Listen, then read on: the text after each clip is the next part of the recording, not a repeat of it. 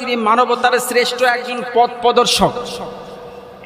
তিনি পৃথিবীর জমিনে এমন সময় তিনি প্রেরণ হয়েছিলেন, আল্লাহ নবী সাল্লাল্লাহু আলাইহি সাল্লামের চরিত্রগুলো দেখে দেখে অন্যান্য ধর্মের মানুষেরা তারা অবাক হয়ে গেছিল। মহান আল্লাহ রাব্বুল আলামিন তার চরিত্রের সার্টিফিকেট নিজেই দিয়েছেন। সম্মানিত মাশাআল হাজিরিন, রাসূল সাল্লাল্লাহু আলাইহি সাল্লাম এত সুন্দরভাবে কুরাইশ বংশের মধ্যে চলাফেরা করছিলেন। মক্কা এবং মদিনার যতগুলো ব্যবসায়ী মানুষ ছিল, সমস্ত মানুষগুলো আল্লাহর নবীর প্রেমে পাগল হয়ে যাচ্ছিল।